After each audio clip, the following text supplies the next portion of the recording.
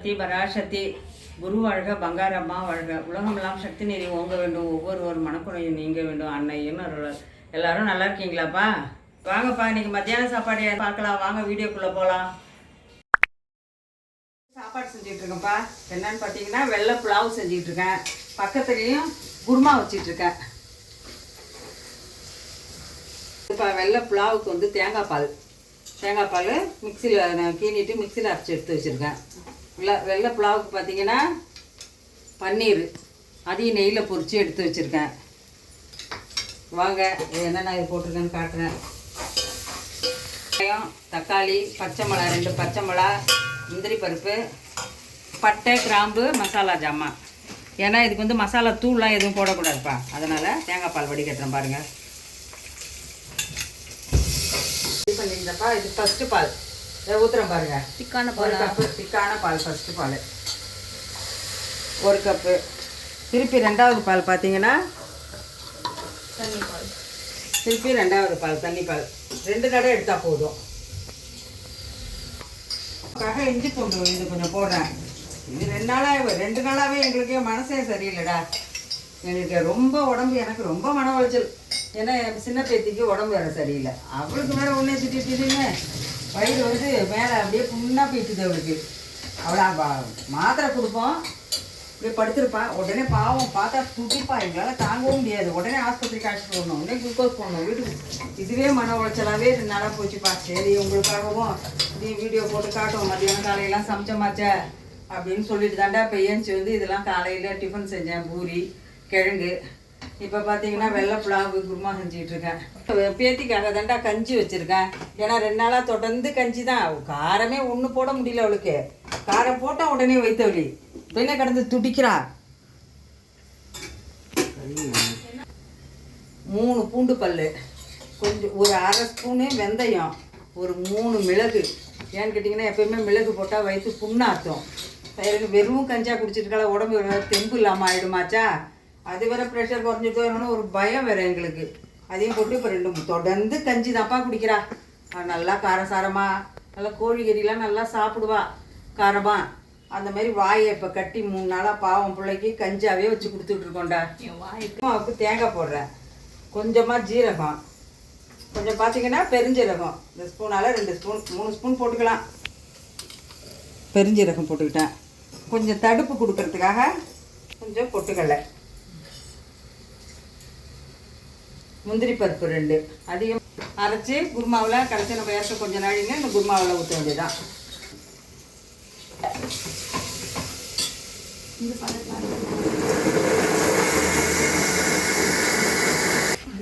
அரிசி வெள்ளை புலாவுக்கு தண்ணி கொதிக்குது பாருங்கள்.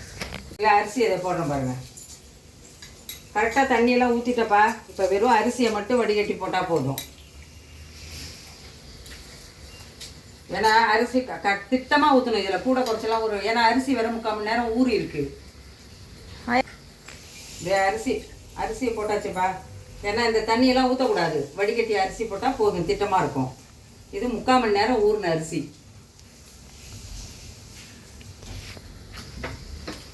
மல்லித்தூள்,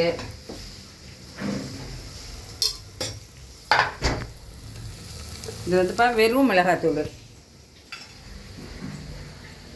சீரகம், பெருஞ்சீரகம், தேங்காய் எல்லாமே அதில் அரைச்சிட்டேன் விழுதா.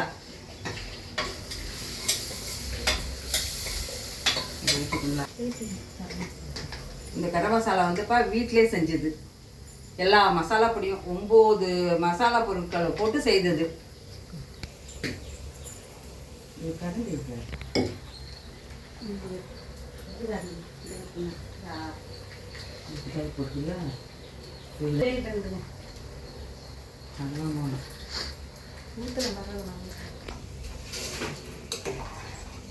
பாருங்கப்பா.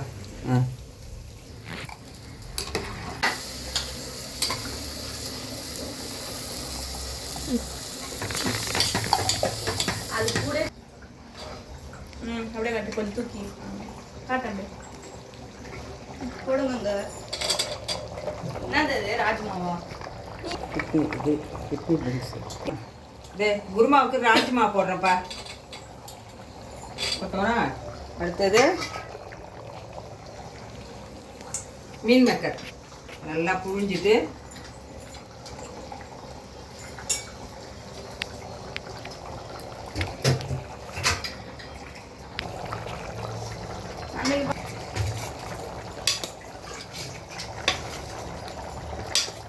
இந்த குருமா வந்து இப்போ புலாவுக்கு வெள்ளை புலாவுக்கு வச்சுருக்கேன். ஆனால் நீங்கள் சப்பாத்தி, பூரி, தோசை, இட்லிக்கெல்லாம் சூப்பராக இருக்கும்டா. செய்து பாருங்க. வெயிட் போட்டுருந்தோம் நெய்யக்கூடாது. கிருஷ்ணா நெய்ப்பா நல்லா வாசனையாக கமகமன்னு இருக்கும். நான் எப்பயுமே மேலே தான் கொஞ்சம் ஊற்றுவேன் நெய்யை.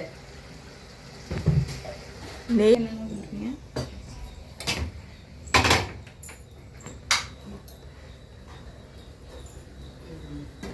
தம்மு சொல்லுங்க. தம் போட்டாச்சுப்பா. இது தம் போட்டு விட்டுணும், அவ்வளோதான்.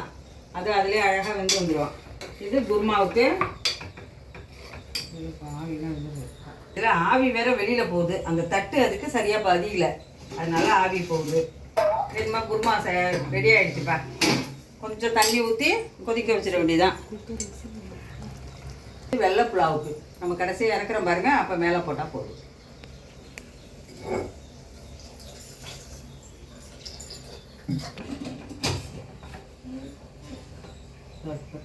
சமைச்சிக்கிட்டே இருந்தேனப்பா, துணி அங்கே துவைச்சி வச்சுருந்தேன் குளிச்சுட்டு.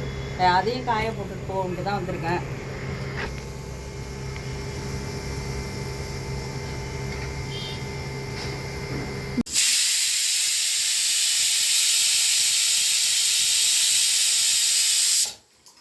எடுக்க போகிறோம்ப்பா. எடுக்கிற பாருங்க.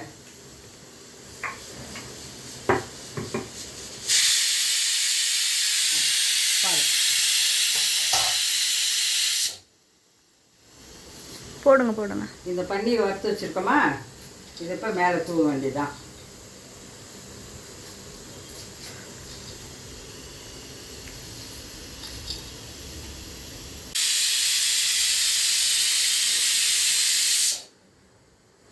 இது 4 விசில் வந்துடுச்சு, அவ்வளோதான். இதை நிறுத்திடலாம்.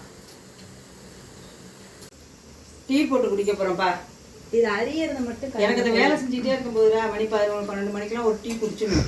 அப்போ தான் கொஞ்சம் வேலை எனக்கு சுறுசுறுப்பாக ஓடும். நானும் குடிச்சிடுவோம், எங்கள் வீட்டுக்காரங்களும் குடிச்சிடுவாங்க. கரெக்டாக அவங்களுக்கு இப்போ நான் மறந்துட்டாலும் அவங்க மறக்க மாட்டாங்க. அவங்க அதுக்கு முன்னெல்லாம் டீ குடிக்க மாட்டாங்கப்பா. என்னாலே டீ குடிக்கிற பழக்கம் வந்துச்சு. கொஞ்சம் டீ போட்டுக்கிறேன் ரை. அண்டா இரவு பால் பியாயா டீ சமையல் அதையும் காட்டணும். டீ சொல்லிட்டேன்.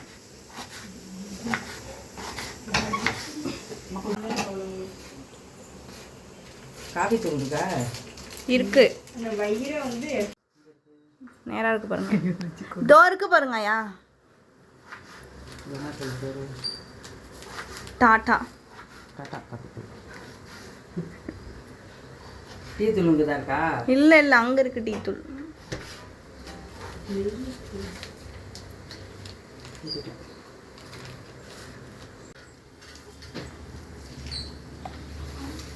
அந்த ரெட் கப்லே போடுங்க.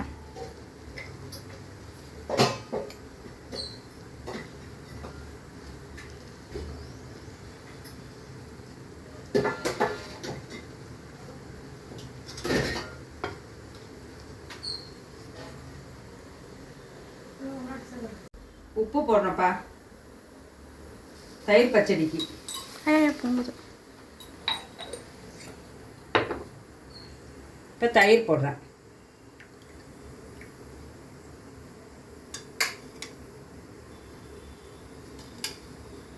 நல்லா கெட்டியான தயிர்.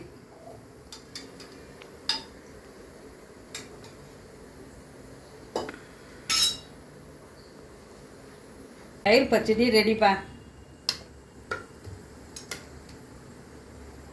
பார்த்தீங்கன்னாப்பா, என் பேத்திக்கு கஞ்சி மிக்சியில் போட்டு இதை குக்கரில் வச்சாச்சுப்பா. இருந்தாலும் அந்த குழவி பத்தலை, அதனால் மிக்சியில் போட்டு அடிக்கிறதுக்காக சாதம் எடுத்துகிட்டு இருக்கேன்.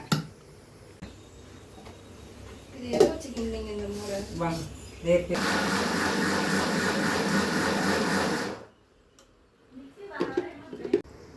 கஞ்சி நல்லா நைஸாக கடைஞ்சாச்சுப்பா. அந்த வயிற்றுல போய் திப்பாக விழக்கூடாது, ஏன்னா அது வலி வந்துடுதுங்கிறதுனால நைஸாக கடைஞ்சிட்டேன். நல்லா மிக்சியில் விட்டு இதுக்கம்மா வெந்நீர் ஆற வச்சு வச்சுருக்கோமா, அதை கொஞ்சம் கொஞ்சமாக அவளுக்கு எப்போ தேவைப்படுதோ அப்போ ஊற்றி ஊற்றி கரைச்சி தெளிவாக எடுத்து குடிக்க வேண்டியதுதான். கொஞ்சம் காப்பிக்கு சர்க்கரை போட்டுக்கிறேன்ப்பா. அரை சர்க்கரை தான் போட்டுப்பேன். நாட்டு சர்க்கரை. நாட்டு சர்க்கரை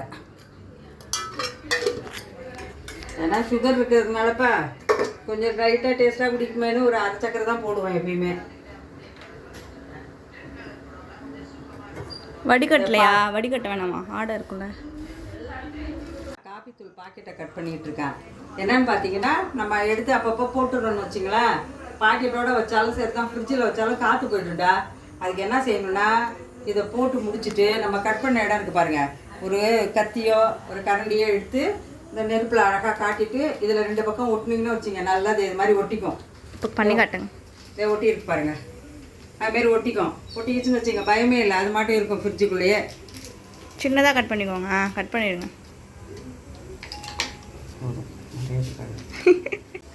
பாருங்க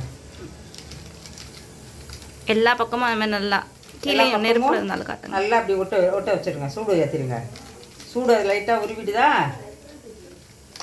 கத்திரிக்கோலை வச்சு அப்படி செஞ்சுருங்க. சரியா போச்சுடா.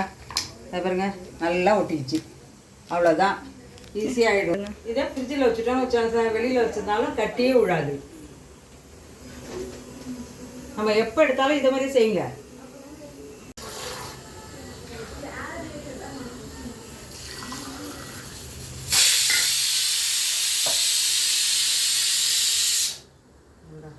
காஃபி குடி.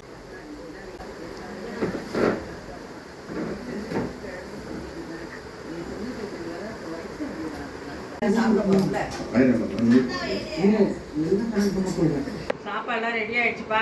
நீங்கள் எங்கள் வீட்டில் என்ன சாப்பாடுன்னு சொன்னால் பன்னீர் போட்டு வெள்ளை புலாவு, மீன் மேக்கரு,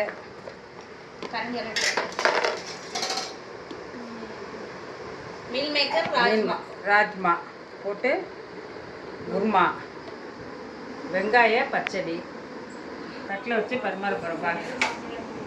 இது எடுக்கும்போதே பன்னீர் இதையும் அப்படியே எடுத்துக்க வேண்டியதுதான்.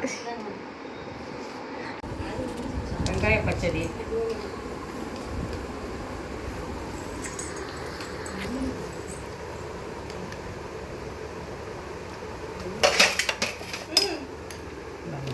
ராஜ்மா போட்டு மீன் மேக்கர் போட்டு குருமா. தாத்தா கிட்ட கேளுங்க, சைடு ஊற்றிக்கலாமா? ஆமாம்,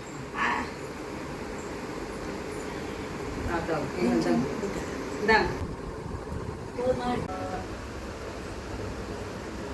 நீங்களே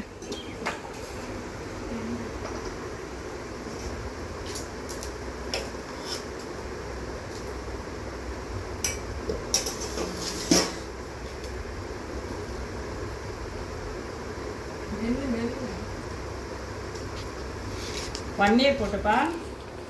வெள்ளை புலாவ் சூப்பராக இருக்குது. இந்த குருமாவுக்கும் வெங்காய பச்சடிக்கும் சூப்பராக இருக்குடா.